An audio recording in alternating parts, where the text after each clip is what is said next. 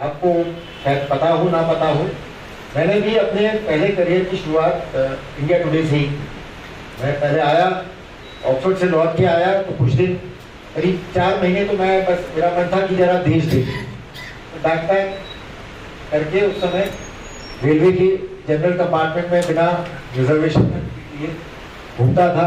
पूरा राजस्थान देखा, गुजरात देखा, दीव तक गया, फिर लौट के आया, उत्तर भारत देखा।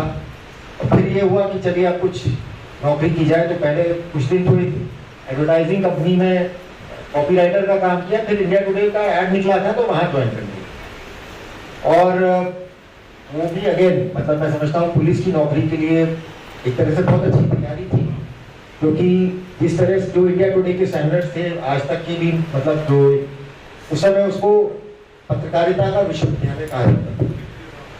और आज जो बड़े बड़े एडिटर्स हैं, शेखर गुप्ता साहब, राजकमल झा साहब, राज सिंगप्पा जी, ये सब मेरे उस समय थोड़े साल सीनियर थे और उनके साथ बहुत कुछ सीखने को मिला।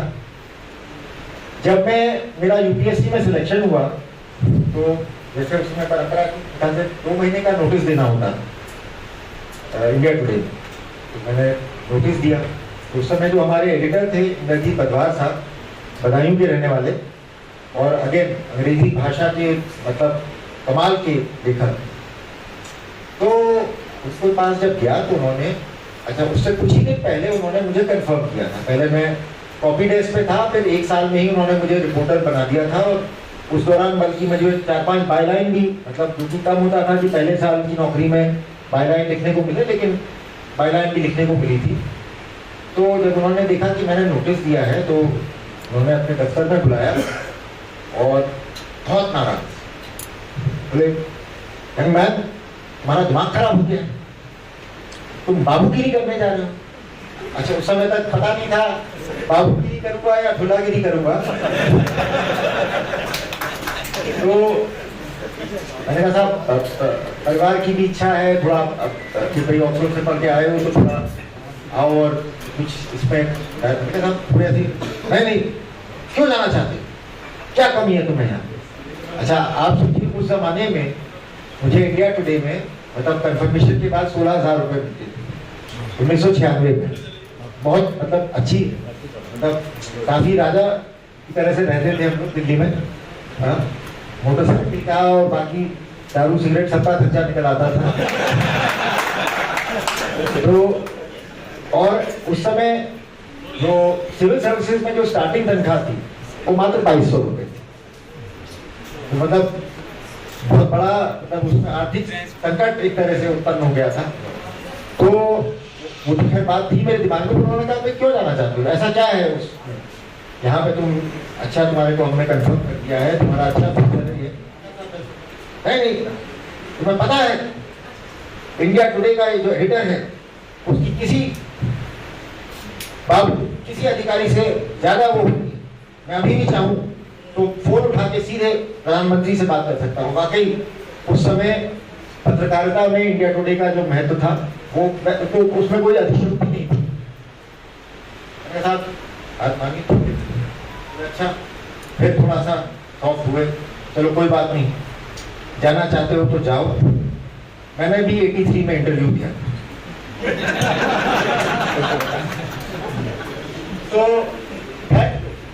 अखबार साहब अभी भी मतलब से बातचीत होती रहती है, कभी कभी उनकी प्रतिक्रिया आती रहती है, कभी मैं भी उनके लेखों पे। और ऐसा नहीं है कि पुलिस की वर्दी पहन ली तो पत्रकारिता का शौक छूट गया, कम से कम लिखने का शौक नहीं। मतलब रिपोर्टिंग तो नहीं कर पाता हूँ, लेकिन कम से कम ओपिनियन अपने लिखता रहता हूँ। इंडियन एक्सप्रेस में और भी मैगजीन्स में, न्यूज़पेपर में छपे हैं।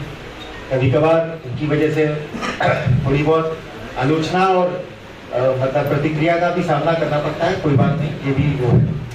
तो और आज जो ये सौहार्दपूर्ण वात्सल्यपूर्ण वातावरण देख रहा हूँ मैं पुलिस और पत्रकारों के बीच, मुझे तो मतलब मेरी मनोकामना है कि रोज हिंदी पत्रकारिता दिवस हो इसी अच्छे उसमें। लेकिन नहीं, मैं इसमें ये जरूर कहना चाहूँगा कि यहाँ भी जब यहाँ रहा 3 साल और इसके सारे साथी जानते हैं, हमेशा मेरा प्रयास यही रहा। देखिए पुलिस का काम आसान नहीं है और आपका काम भी आसान नहीं। मतलब सच बोलना भी आसान नहीं है और सच सुनना भी आसान नहीं, दोनों ही चीजें हैं। तो कई बार होता है कि सच बोलने और सच सुनने में थोड़ा बहुत मतलब मतभेद हो जाता है। मेरा हमेशा यही मानना रहा, मतभेद हो सकता है, मनभेद नहीं होना चाहिए। तो उस जज्बे के साथ यहाँ भी मेरे ख्याल से प्रेस के साथ बड़े अच्छे संबंध रहे। एज डीजीपी अभी धीरे धीरे, क्योंकि प्रदेश स्तर पे एक अलग पर्सपेक्टिव होता है, एक अलग कैनवस होता है और एक अलग तरीके से आपको सोच के काम करना होता है। हालांकि कई बार जो पुराने मित्र हैं वो सोचते हैं अभी भी मैं किसी जिले का कप्तान हूँ, तो कभी किसी चालान के लिए या कभी किसी इस प्रकार की छोटी मोटी चीज के लिए तो मैं तो उससे कहता हूँ कि भाई पहले तुम मुझे मोटरसाइकिल के चालान के लिए फोन करते थे, अब कम से कम ट्रक के चालान के लिए तो फोन करो।